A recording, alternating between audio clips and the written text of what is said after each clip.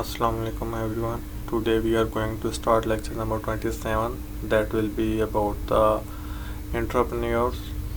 In the last lecture we talked about the elevator speech and what were the primary key elements that do define an elevator speech and what are the questions that we are supposed to take care of when we are defining the elevator speech.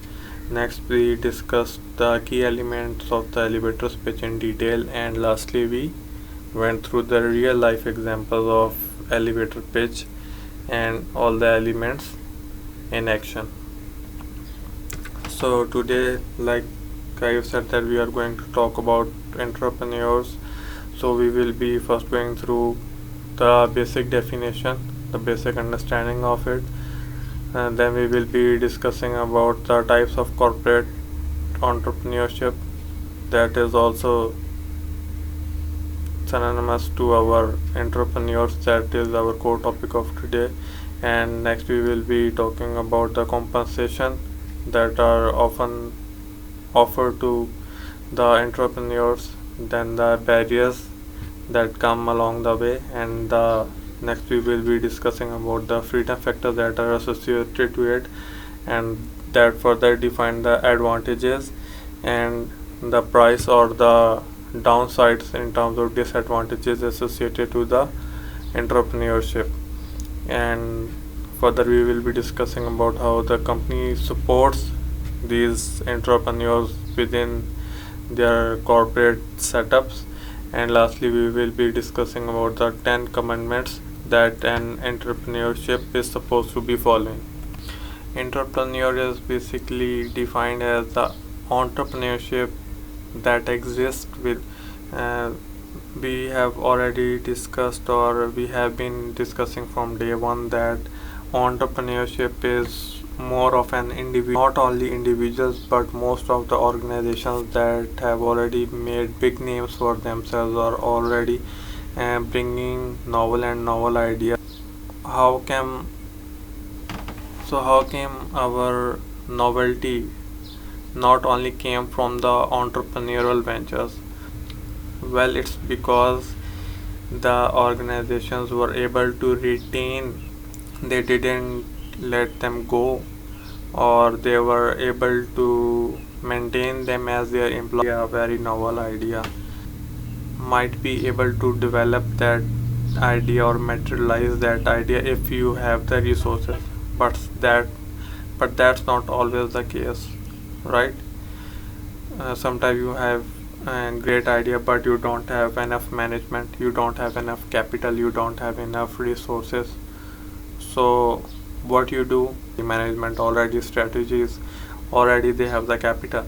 So what you do, you share your idea with them, and if that idea is appealing to them, and then they may take on and may allow you to materialize that idea. But materializing that idea within an organization comes with a price that we will be anyhow. The entrepreneurial approach towards the novel ideas obviously give an opportunity, thus initiates the internal corporate ventures as we know it within an established firm by encouraging innovation by employees, right? This is what we have just discussed about, that and that an organization is already established, it has already the think too much on it, that if I have some idea or if I want something beneficial to be materialized, how will that obviously one thing more that should be kept in mind is that the business is not just limited to large firms. It can be a large firm, a medium firm, or a small firm, right? It's just the dependency that how well that organization is convinced in regard to your idea and how much resources it can allocate to your idea to be materialized in real life. And obviously such culture can only be be fostered and can grow in a in an environment that encourages its employee to think out of the box. If you are in some organization that just follows strict hierarchy and you are not able to communicate the information freely or share your ideas, you are not encouraged to do so. You are just doing what you are told to do. So in that kind of environment, the entrepreneurial ventures can't even come to life. So here is an example of what Google does to promote the entrepreneurial culture within their organization, that they allow the 20% of the time to their employees and their engineers mainly to work on the idea that they think is worth working on. And that's why and the Google has been on the forefront of technology so far, because they just initially came from the search engine, and now they are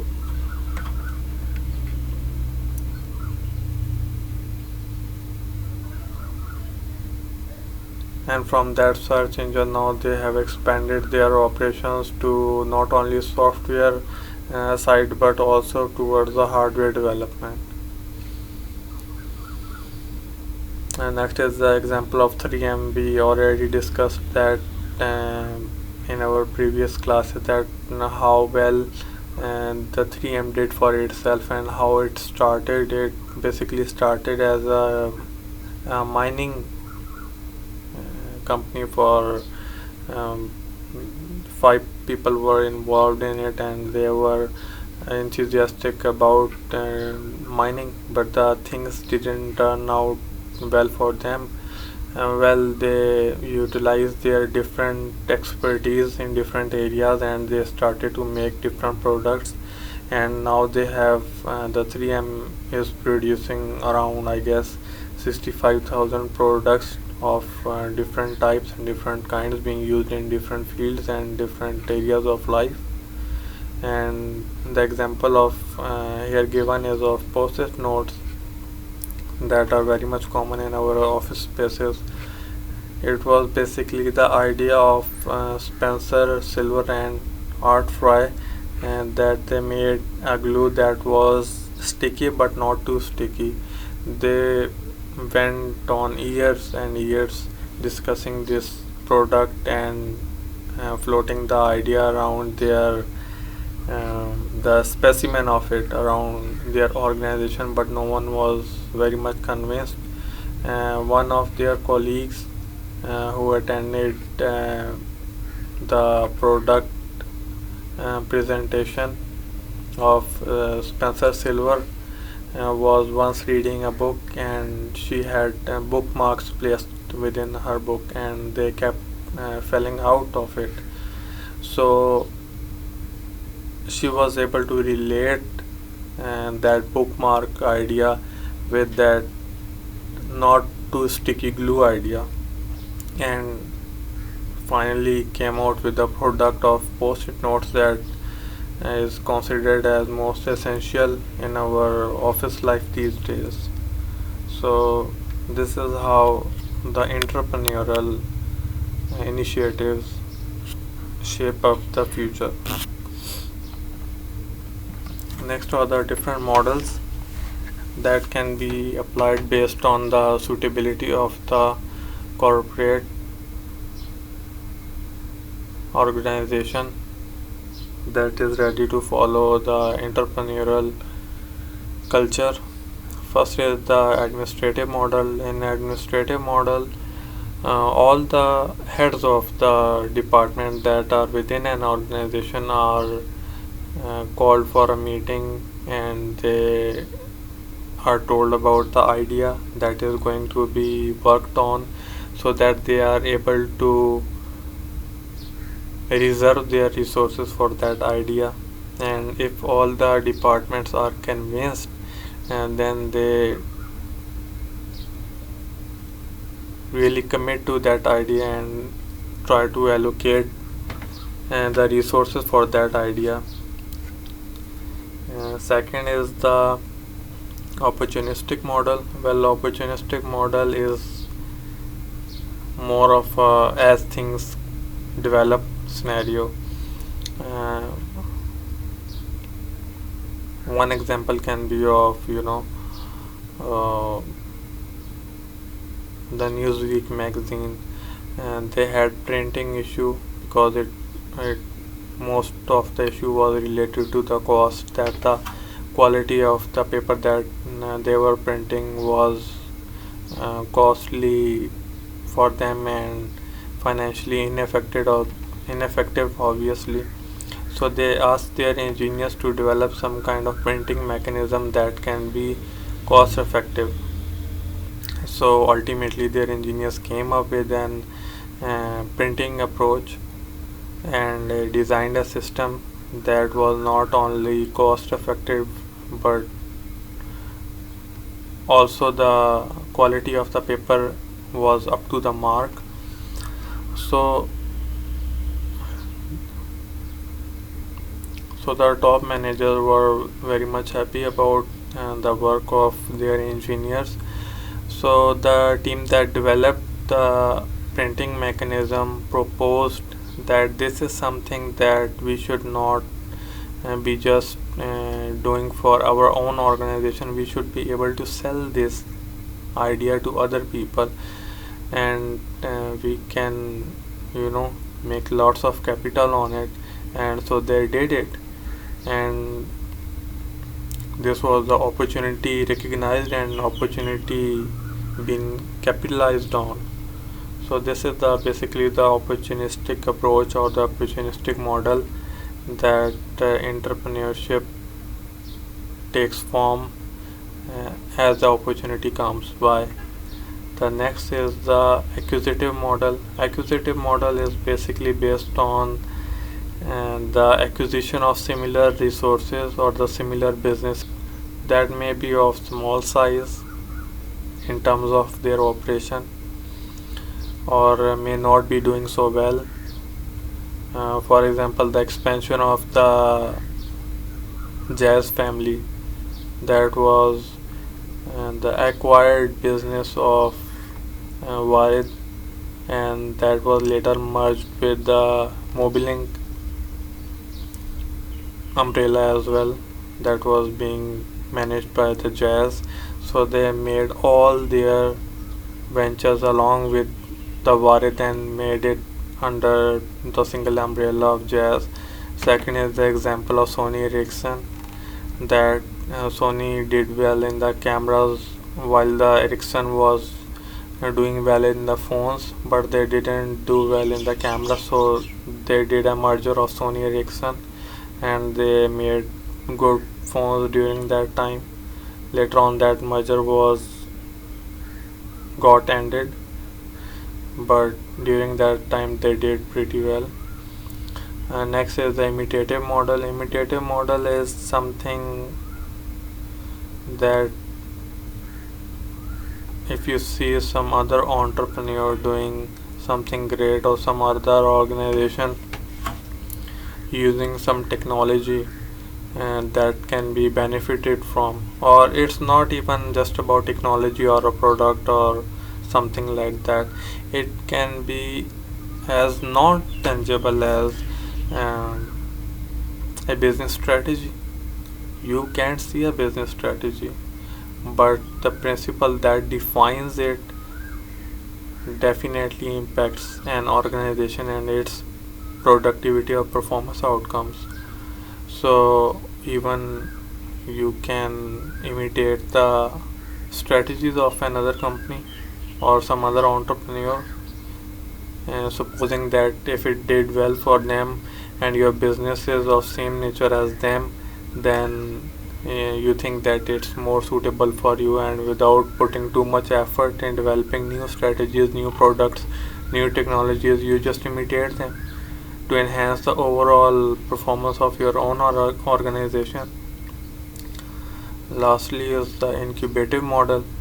Incubative model is basically the controlled environment defined by an organization. the new ideas are placed in it, and limited resources are made available to it, but they are enough to make that idea come alive. They are, if they are tested, then they are tested under limited conditions. If they are exposed to audience, then they are exposed to limited audience. So let's suppose if you are bringing a new product into the market, and instead of testing it with within a limited area or limited scope, you launch it nationwide, right? You launch it nationwide and it doesn't do well. So all the finances that you invested on the national level launching of it, the national level production of it, the making of a big assembly line or a big production units, so all that will go to waste if that product doesn't do well. So incubation model basically gives you a controlled environment to create that product and to test that product before launching it to the masses. So like we have so far gotten the idea that entrepreneurs are more free compared to the entrepreneurs, because entrepreneurs are liable to answer to the organizations, while entrepreneurs are not answerable to the organizations or any higher authority, right? But like we have discussed that not everybody is able to go for entrepreneurship, so they remain invested into entrepreneurial aspect of development. So now we are going to discuss that what are the different kind of compensations that a corporate can offer to the entrepreneurs to make them remain invested within the organization and not leave it and start their own organization as a separate entity. So there are different levels of it. Firstly, the traditional benefiting or the compensation method, in which someone if has given a great idea and has done good for the company, and they are offered the traditional promotion or the financial benefits or something like that, but not everyone gets satisfied with it, right? They want something more out of it. So the corporate organizations move to the next level of compensation, that is by locating them strategic business units. So you should know that it is a strategic business unit. Most of the strategies that are handled here will be by the entrepreneur. So they basically define a separate unit in which that new product development is taking place, and they give the strategic control to the regarding entrepreneur, but most of the control remains with the corporate organization. Even if the said entrepreneur is not satisfied with just getting the strategic control, they want more out of it. They think that their idea is so powerful that it can revolutionize things, and they don't want the corporation to take all the advantage. They want more. So what the corporations do, that they make corporate spin-offs, right? They define it as a separate entity. They keep most of the shares to themselves, and they allocate a significant portion of the shares to the entrepreneurs, so they can also enjoy the capital benefits of it along with the strategic benefits. So to take into account, the entrepreneurial ventures not only require the creativity of a person. It definitely requires a lot of risk and a lot of respect, since there are a lot of seniors or mentors within an organization, and you have to follow their ethics and the rules and regulations to have everybody on board with you and be able to create new things without going through too much of corporate hassle. And then most importantly, you should be able to have the drive and the patience to see the idea through till the end rather than giving up in the middle. And so, along with the factors that define the entrepreneurial aspect of business, there are lots of barriers that may be probably faced by an individual when taking on such a big responsibility. First is the corporate bureaucracy.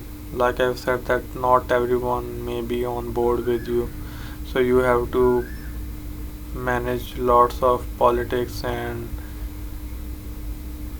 have to assure everybody that's related to your project or idea that it's gonna do some kind of benefit to them, right? So you have to if you have to get something approved, you have to move through a chain of command to get it approved, depending upon the hierarchy and the level of communication within that organization.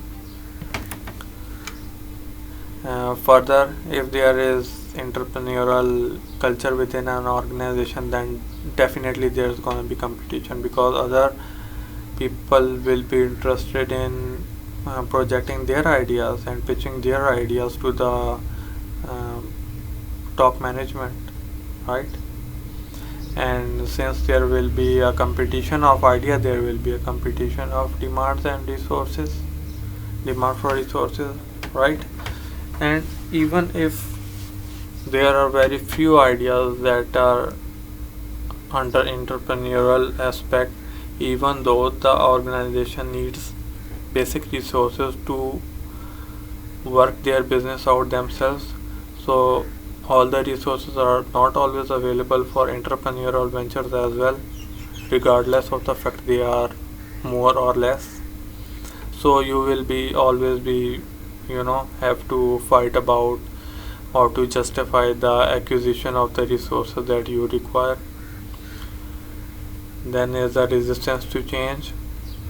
Obviously there is a defined structure within an organization, and they have the corporate organizations have their own goals and their own preferences. So entrepreneur aspect of the business encourages change, which is not always welcomed.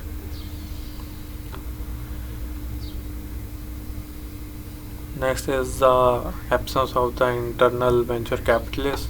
Those are the mentors with experience, and if they lack within an organization, that then you may be lacking in the guidance that is required to complete your idea or to materialize it. So it may also become a hindrance for you to complete or achieve your goals. Next is a lack of ownership and the reduced commitment. You may be enthusiastic about your idea, but all the people that are working on it may not be that much enthusiastic. Or if the organization has said that we are allocating you 10 engineers, they may not all be enthusiastic toward your idea as much you are. So that's again something that's gonna be a challenge. And lastly, creativity demands freedom, and corporate ventures don't provide that much of freedom to roam around or to play around with your idea and resources available as much as it is available in entrepreneurial environments. Along with the limitations, well, there are also many freedom factors. Like we have said that in the start, that is not able to start from the scratch. So entrepreneurship is something that is of interest to them. So here are the multiple freedom factors that may drive someone to go for entrepreneurship rather than entrepreneurship. So number one is the right to appoint oneself as your right. You are the lead in that project or business. Next is the right to stay within the venture. Again, it's understandable because you are the lead here. You will be the one that's making decisions. Obviously, since you will be having a separate environment to carry out your operations protocols that you will be following. So, and the next one is the right to start small. It will be totally up to you to take on as much responsibility project that you want. Obviously there will be failures, and the success is not always guaranteed, no matter how convincing or how good your idea is, and the failure will always be there, and the corporate management will, if they are encouraging the entrepreneurial culture, then they are definitely ready for the failures as well. So real as much as it would have done in the entrepreneurial venture if you would have taken it individually on your own. Next is the right to take enough time to succeed, right? The right to cross borders is basically defined about the corporate policies. You will have leverage, not basically leverage, but you will have relaxation when it comes to the corporate policies and their following. And then next, you will be definitely be able to recruit team members and the right to choose who stays in the team and who has to leave. Further, obviously you won't be worried about the capital resources, because all the capital resources that will be invested in your cause will be directly coming from the corporate organization itself, and then you will already have the customer access, because that corporate organization will already have some loyal customers, or in many cases many loyal customers. Infrastructure will already be there, right? You won't have to hire people, hire buildings, hire equipments, nothing like that, or even buy them. It will already be there. And then you have the management pool. You would have the people that you have known around for quite a time, and you know who is good at what and who is weak at what, and you will be able to acquire those individuals from that management pool for your own project. And most probably the corporate organization will, and obviously the leverage on existing business. So the existing businesses, you will have relatively more credibility based on the name of your organization, and so you will be able to have a head start comparatively. The primary disadvantages of entrepreneurship over entrepreneurship is the continuity of the sponsoring. Well, in the first place they will continue your sponsorship, or they can just pull off the plug at any minute they want, no question asked. You won't be able to say a thing to them, because at the end of the day you are their employee. Next is the profit and loss focus. When entrepreneurs are working, they mostly believe in the cause, and they obviously profit and loss is their concern, but it's the secondary concern. While the corporate organization, the primary concern is the generation of capital. So if your idea is not doing well, they won't stay with you for long, right? And that defines their short-term mentality as well. and obviously the corporate meddling and bureaucracy, and then the decision flow that we have just discussed, that you will have to follow a complex hierarchy, a complex communication web to get your idea through or get the information through. Next is a lack of passion. Again, if you don't have passionate people on your team, you won't be able to make it through with your idea.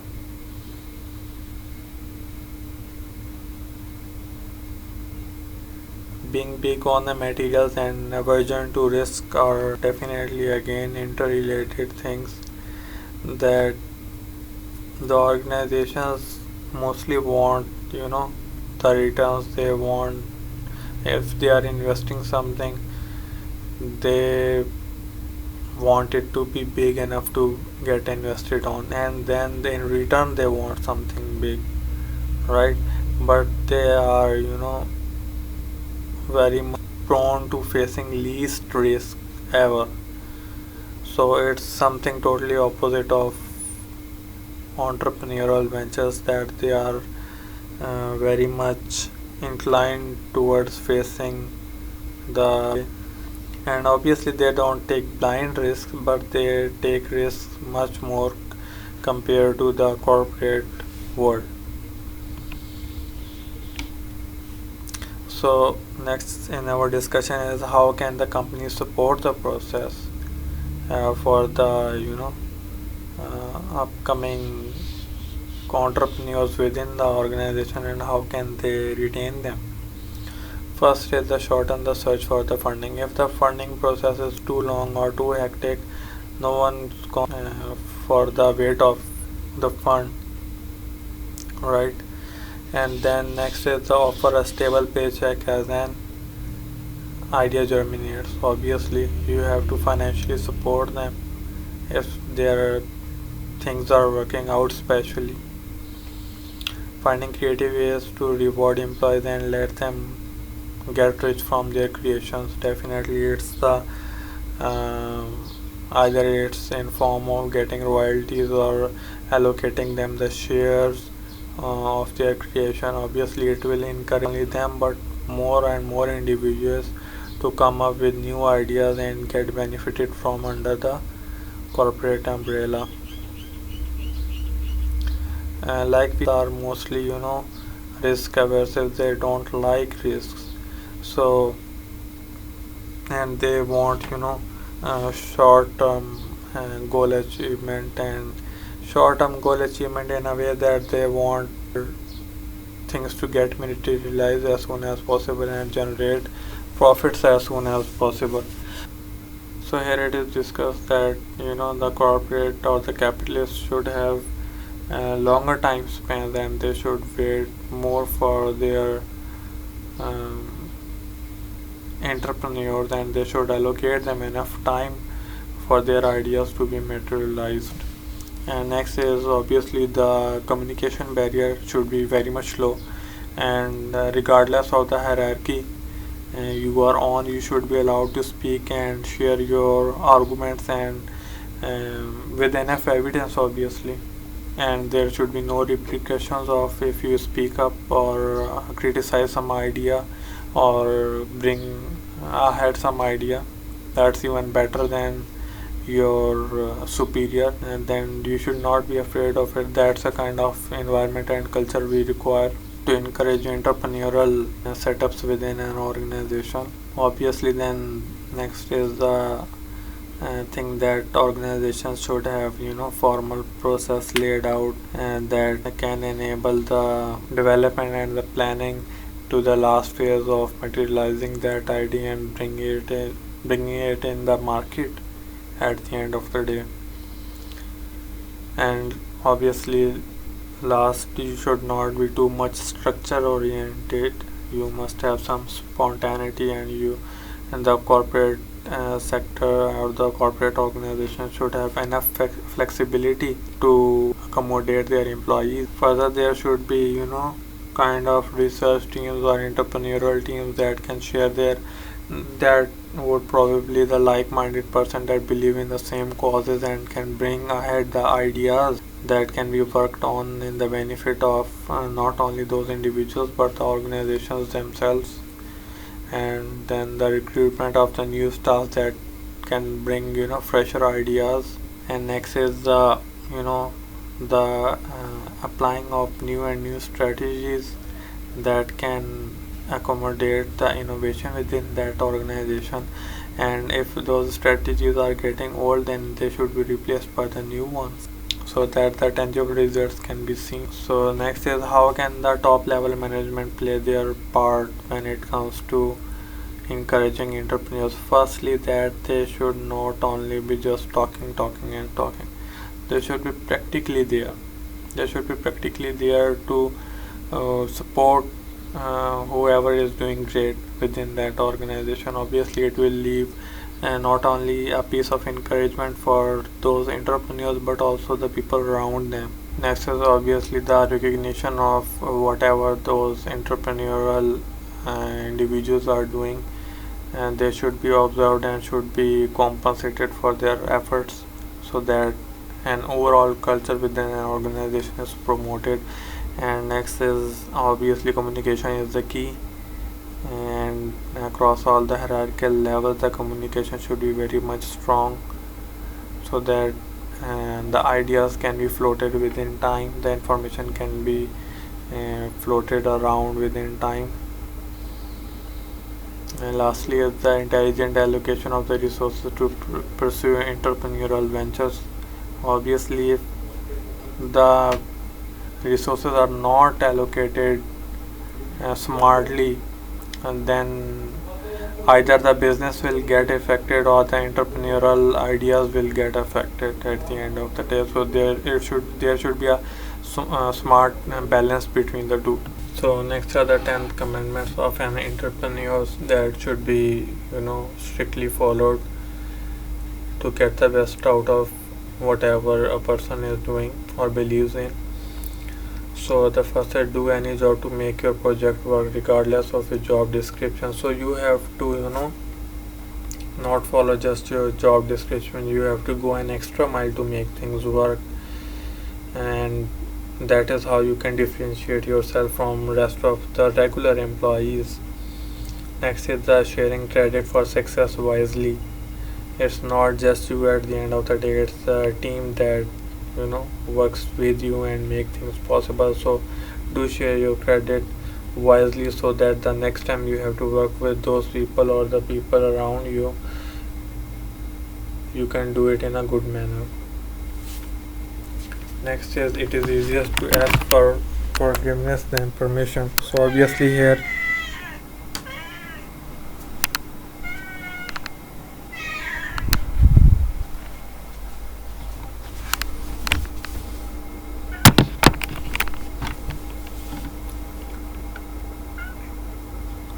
So next is it is easier to ask for forgiveness than permission. So obviously here comes the factor of the respect, that you have to respect your mentors and the people around them. If you have done something wrong, then it's better to ask for forgiveness. And next, when it comes to going to work, then you should come to work every day with the willing to be fired, that you should go a mile ahead of, and you should believe in your idea regardless of the fact that it may get you fired, but you have to do the best and deliver your best.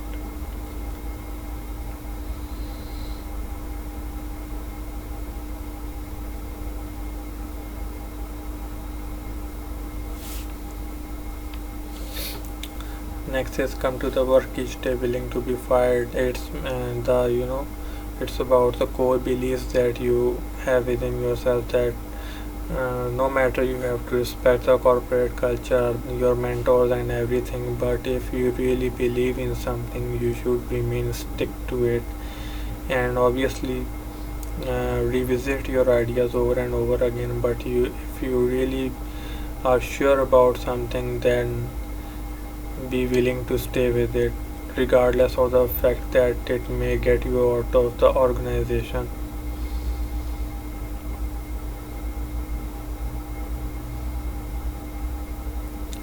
Next is ask for advice before asking for resources. Obviously, the mentors that you already have within an organization are more experienced and are more good at telling you about the things that you may take on in the future. So it's better to discuss your ideas to get a good insight about your uh, future endeavors.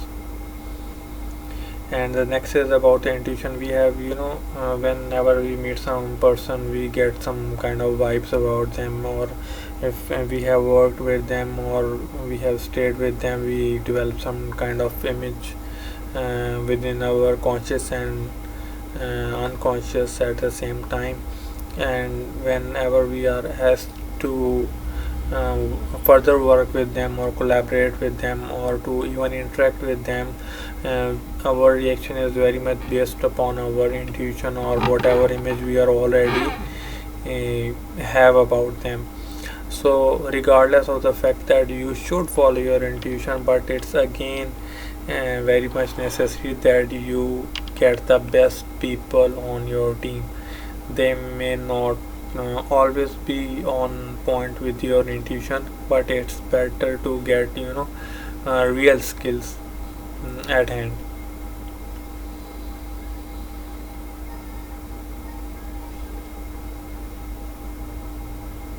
And then again, if you have some idea, you should get the like-minded people around you, and then when you think that that idea has reached to its potential, just then you should come up with it. And if you not have done enough of your homework for your idea, then you should not be stepping into those waters. Obviously, if you believe in some cause, at the end of the day you should keep believing in it and have faith in it. But again, it's very much necessary then that you should be realistic about it, that either you are able to achieve them or not. And most importantly, mm, if you are an entrepreneur, then the corporate organization that you are working for are your core sponsors, and those are the people who have put their back in supporting you financially, management wise, and all the tangible and non-tangible aspects. So you should honor them at the end of the day. So let's review our lecture that we first discussed today about the basic definitions of entrepreneurs, and then we discussed the different aspects of them based on their types, and the compensation types that are given to the entrepreneurs, and the possible barriers that are faced by the entrepreneurs. And then we discussed about the freedom factors that are associated to the entrepreneurs, and the possible advantages and disadvantages to those individuals under discussion. And then we discussed about how what companies can do to support their entrepreneurs. And lastly, we discussed about the 10 commitments, and lastly we discussed about the 10 commandments that an entrepreneur should believe himself or herself when taking on a novel venture. So I guess everyone would have understood by now our topic, and hope to see you in next lecture.